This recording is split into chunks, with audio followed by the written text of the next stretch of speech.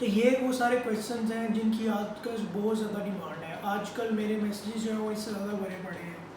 तो एक तरफ हम कह सकते हैं कि ये एक हॉट टॉपिक है जिस पे बात करनी है। तो सबसे पहले क्वेश्चन जो है वो बॉर्डर कब खुलेंगे, बॉर्डर आया इंटरनेशनल स्टूडेंट्स कब ऑस्ट्रेलिया में दोबारा वापस आ सकते हैं। अच्छा, ये सारी चीज़ें बताने से पहले मैं बता दूं कि मैं कोई एक इमिग्रेशन एजेंट नहीं हूँ, मैं कोई कंसल्टेंट नहीं हूँ।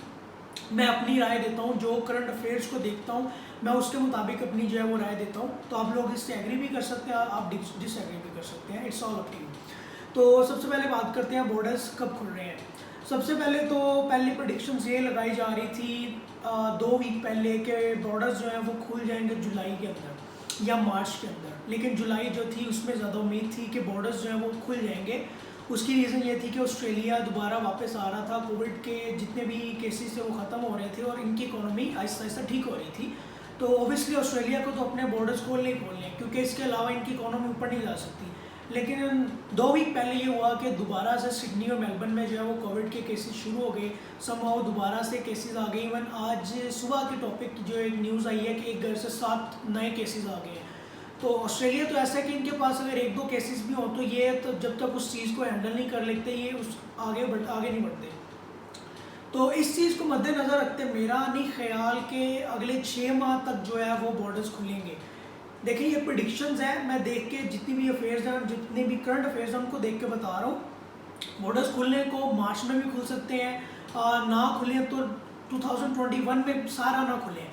तो जहाँ तक मेरी जो इन्फॉर्मेशन है जो मुझे मिली है उसके मुताबिक ये है कि जुलाई अगस्त में बॉर्डर्स खुल जाने चाहिए थे, लेकिन चूँकि दोबारा से कोविड शुरू हो गया है तो अब कुछ नहीं कह सकते। अब इवन के अगर आपको कंसल्टेंट भी कह रहा है तो वो एक प्रिडिक्शन दे रहा है, क्योंकि गवर्नमेंट खुद नहीं जानती जब तक ये केसेस ठीक नहीं होंगे, जब तक नॉर्मल नहीं होगा ये इंटरनेशनल स्टूडेंट्स को ट्रैवल नहीं करने देंगे। क्योंकि अभी इस वक्त सब सिडनी, मेलबर्न, क्वींसलैंड ने अपने बॉर्डर्स दोबारा से बंद कर दिए हैं। और आप अगर किसी स्टेट इंटर स्टेट के अंदर भी ट्रैवल कर रहे हैं तो आपको एक ट्रैवल एग्जाम्पशन चाहिए। तो आप कैसे सोच सकते हैं कि यार ये दोबारा से जो है वो इंटरनेशनल स्टूडेंट्स को बाहर से ऑस्ट्रेलिया में आने देंगे। ये एक टोटली डिसएग्री करने वाली बात है। तो इस चीज़ को मद्देनज़र रखें। अगर आपने एडमिशन ले लिया हुआ है तो आप कंटिन्यू करें, ऑनलाइन क्लासेस जो है वो करें, दोबारा से फ़ी पे करें अगर आप अफोर्ड कर सकते हैं। ये जो है करंट अफेयर के ऊपर जो मेरी न्यूज़ थी, जो मेरे पास जितनी भी खबर आई आपके साथ शेयर कर रहा हूँ। दूसरा टॉपिक जो कि बहुत सारे लोग पूछ रहे हैं कि यार कौन सी स्टडी करें, कौन सी स्टेट के अंदर जाएं। तो इन सब चीज़ों को मैंने काफ़ी ज़्यादा इसके ऊपर स्टडी करके ना कुछ चीज़ें ऐसी निकाली हैं, कुछ ऐसे दोबारा से मैंने एक ऐसी डिग्रीज, कुछ ऐसे प्रोग्राम देखे हैं जो कि आने वाले 2-3 साल में आप लोगों को फ़ायदा दे सकते हैं। पहले सबसे पहली बैड न्यूज़ तो ये है कि जो एक नई एसओएल लिस्ट जो है वो उन्होंने दी है, जो नया कोटा है उसके अंदर तो सिडनी और मेलबर्न में अकाउंटिंग ख़त्म हो चुकी है। This is a bad news, accounting बिल्कुल निकाल दी है, आईटी वाले भी फंस चुके हैं। और दूसरी बैड न्यूज़ ये थी कि जो ट्रेड कोर्स हम लोग कह रहे थे ट्रेड कोर्स करिए, ट्रेड कोर्स को भी ख़त्म कर दिया। मतलब ट्रेड कोर्स की सीटें नहीं हैं, ख़त्म नहीं हुआ, ट्रेड कोर्स की सीटें नहीं हैं। तो अभी कुछ नहीं कह सकते कि यार आप ट्रेड कोर्स में आए, आप इस डिग्री में आए, इस चीज़ को कहना गलत है। लेकिन कुछ ऐसी डिग्री हैं, कुछ ऐसे कोर्सेज हैं जो आपके साथ मैं शेयर करूँगा और नेक्स्ट 3-4 साल में इसका स्कोप भी है। ये एसओएल लिस्ट के अंदर भी हैं, प्लस इसके अंदर अच्छे पैसे भी हैं। तो सबसे पहले हम बात करेंगे कॉमर्स के लिए। जो कॉमर्स के लिए स्टूडेंट आ रहे हैं उनके लिए कौन सी डिग्री जो है वो उनको फ़ायदे में है। देखिए अब दुनिया जो आहिस्ता आहिस्ता वक्त के साथ चेंजिंग हो रही है, तो आहिस्ता आहिस्ता वक्त के साथ चेंजिंग होते होते कोर्स भी चेंज हो रहे हैं। तो मैं आपको हाईली रिकमेंड करूँगा कि आप लोग जो है वो ड्यूल डिग्री की तरफ जाएँ। अगर आपका एक सीन नहीं बनना तो आप दूसरी तरफ चले जा सकते हैं।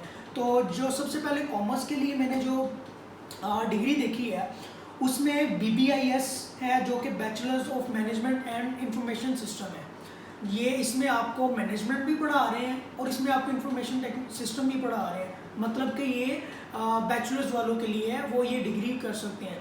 अगेन इसका अच्छा स्कोप है, इसमें पैसे भी अच्छे हैं, ये एसओएल लिस्ट में भी है। लेकिन आने वाले वक्त में निकल जाए वो एक अलग सिनेरियो है। बैचलर्स के लिए ये है, मास्टर्स के लिए MBIS है। MBIS जो है वो masters of business system information system है। ये वो है जो मास्टर्स करने चाहते हैं उनके लिए MBIS, again masters in business है। इसकी काफ़ी अच्छी डिमांड है, इसमें आपको बिजनेस भी पढ़ाया जाता है और आपको इन्फॉर्मेशन सिस्टम भी पढ़ाया जाता है, आपको ड्यूल डिग्री दी जाती है। तो अगर आप मैनेजमेंट में नहीं जाना चाहते तो आप इन्फॉर्मेशन सिस्टम में चले जाएँ, इसमें भी काफ़ी अच्छा स्कोप है, पीआर के चांसेस भी हैं, अगर आपको जॉब मिल जाए it's all up to you. और दूसरा ये है कि इसके अंदर पैसे भी अच्छे हैं और ये एसएलिस्ट में भी है। ये है कॉमर्स के लिए।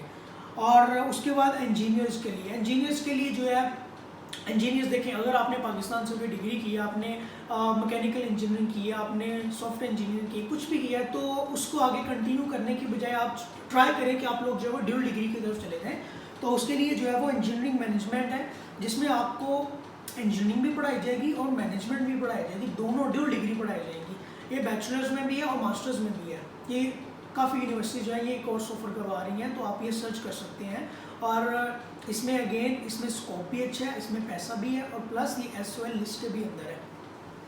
अब सबसे इम्पोर्टेंट जो लोग जिसकी ज़्यादा डिमांड है, जो कि मैं कह सकता हूँ आने वाले वक्त में इसकी ज़्यादा डिमांड है, वो है मेडिकल की फील्ड। मेडिकल की कौन सी फील्ड? ज़रूरी नहीं कि आप नर्सिंग में भी हैं, क्योंकि नर्सिंग इस वक्त बहुत ज़्यादा हाई डिमांड पे चल रहा है। हर स्टूडेंट जो है वो नर्सिंग की तरफ जा रहा है। सो इट्स मीन कि अगले 2-3 साल में नर्सिंग के अंदर स्कोप बहुत कम हो जाएगा। तो नर्सिंग के अंदर भी डिफरेंट कैटेगरीज हैं। सबसे पहले तो हम बात करेंगे कि नर्सिंग के अलावा आपके पास कौन कौन से कोर्सेज हैं, आप किन कोर्सेज में जा सकते हैं। सबसे पहले आपके पास है bachelors of medical radiation science.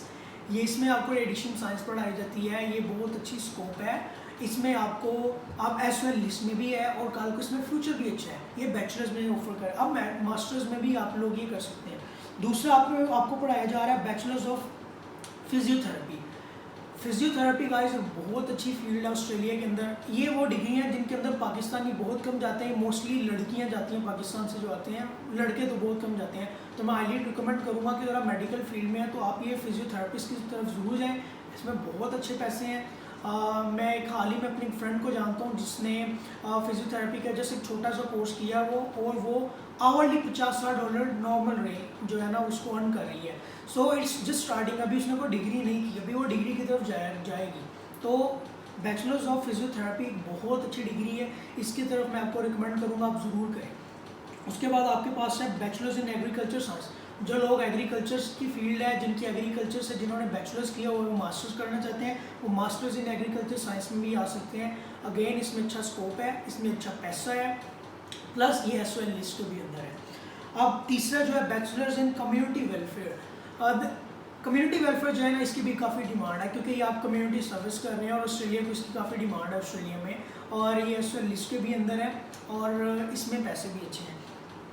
इसके बाद नर्सिंग में जो कैटेगरीज आती हैं मैं वो आपको एक्सप्लेन करता हूँ कि आप नर्सिंग के अंदर अगर आपका दिल है, अगर नर्सिंग के अंदर आपका इंटरेस्ट है, तो आप नर्सिंग में कौन कौन सी फील्ड के अंदर जा सकते हैं, नर्सिंग में कौन कौन सी कैटेगरीज हैं। सबसे पहले नर्सिंग में है नर्सिंग इन एज्ड केयर्स।